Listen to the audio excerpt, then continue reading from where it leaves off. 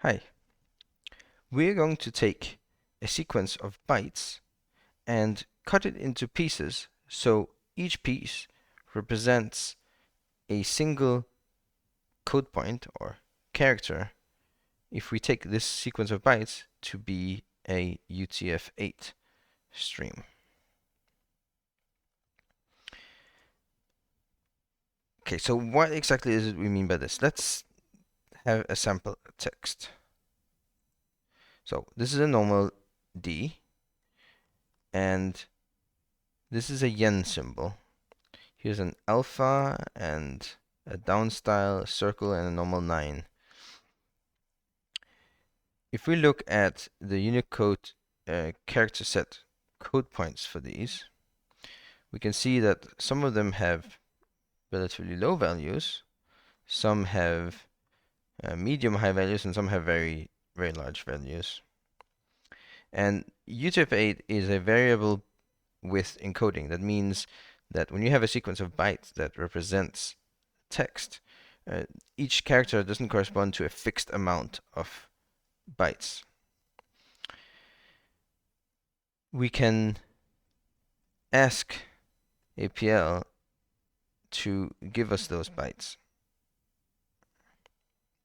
And so we can see here that the number of bytes is not something that directly translates to what we have over here. We can see that the 68 stays 68 and the 57 stays 57.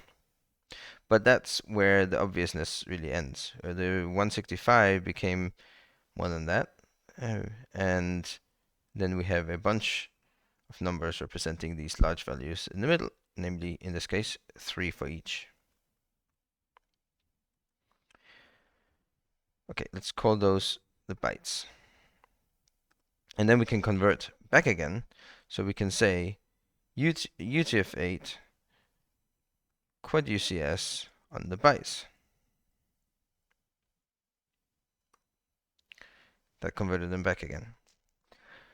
If we wanted each character to become its own little sequence of bytes, then we can do UTF-8. We bind this argument to the quad UCS function and apply it to each. So this entire thing gets paired up in every invocation of quad UCS with each character that we get from this. And this is the result that we want to get to, given these bytes. The rule is that when we have numbers here that are larger than or equal to 128 and less than or equal to 191, then it is a continuation of the previous byte. So 68 is outside that range. 194 is also outside that range. So each of these begin a new character. The 165 is between 128 and the 191. So that extends the previous byte to create a single character. Then we have 226, that's outside the range, so now we begin a new one. But 141 and 186, they're inside the range, and so they continue the previous one, and so on. Could be up to 4 bytes together, but we don't have an example of that here. It's mostly used for emoji and traditional Chinese. So how can we do this? Well, we can start by checking for this range. Let's do everything here in tacit form, that is, without mentioning our arguments explicitly.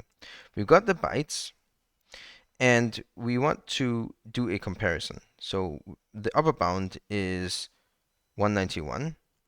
We can bind together a fixed right argument to the less than or equal function, so it becomes a new less than or equal to 191 function. And we can then apply that on the bytes. Really, we could keep going like this, but it's slightly difficult to see which bit here, a true false value, corresponds to which byte in the input. So it would be nice if we could stack them on top of each other to align things. And we can do that by making a vector of these two.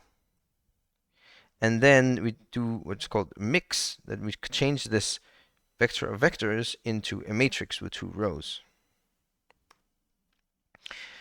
As a notational nicety, I'm going to write an operator, a higher order function that does this for us because we're going to use it all the time. So if you look at the pattern here, we're going to call this operator with an underscore because it will look nice like this, but it doesn't really matter. And we want the mix of the argument and a function applied to the argument. And that's all there's really to it. Now we can go and say we have this less than or equal to 191 function. With this higher order function, we're applying it on the bytes. Now we have the stack here, so we can see that these are the byte values and these are the corresponding bits. So we can see here that 68 is less than or equal to 191, 194 is not, and so on. Okay, that's one half of the range. The other part is that it has to be greater than or equal to 128. And I like to put it on the other side for this, because now we can combine this very nicely as a fork. So we have this function, which is a tacit monadic function derived from a dyadic function. And we've got this function, which also is a tacit derived function from a dyadic function to a monadic function. And we can make a so-called fork or three-train where we have a middle tine, which is the AND function. This means that these two outer functions are applied to the argument, and then the middle function here is applied to their results to get our final result. And then our higher order function here, the underscore operator, stacks the original argument on top so we can see what's happening. And that means we're almost there in the grouping. We can see that the ones here indicate a continuation byte, and the zeros indicate a new character begins here byte.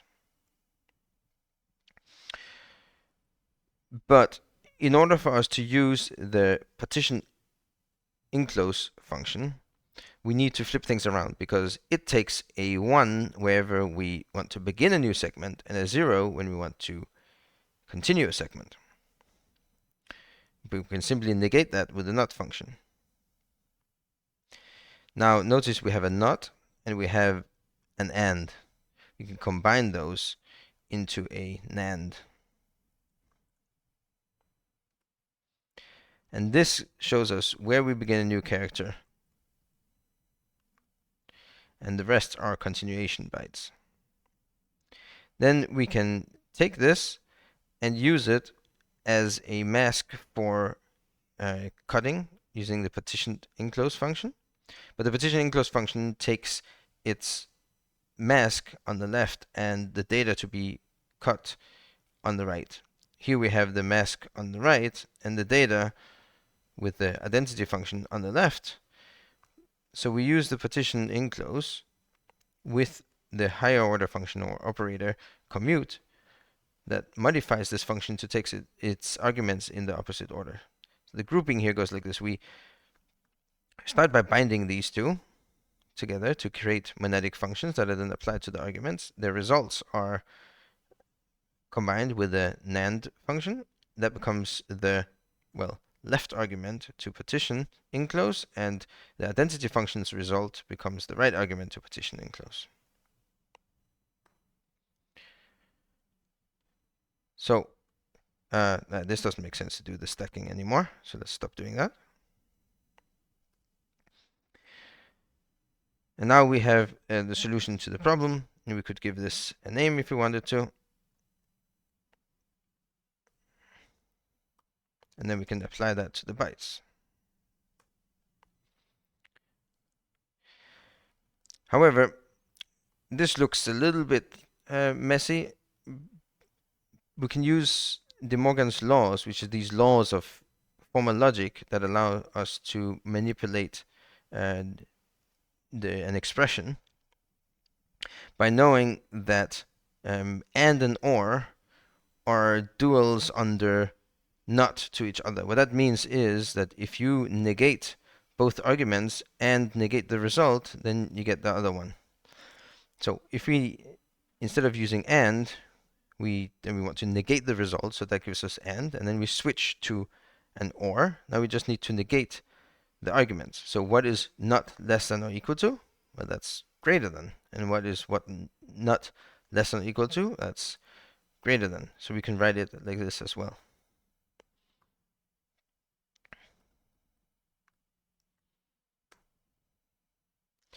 So this is one approach to the problem. Another one is, notice we're looking into ranges. We have a function called interval index. It gives us the index of the interval where a value falls, given some cutoffs. So the cutoffs are left inclusive. That means that if we have 128 and 191, then 191 will belong to the next interval. We want it to be in this interval. So 192 begins the next one. That means everything from 128 to just before 192 is in this interval here.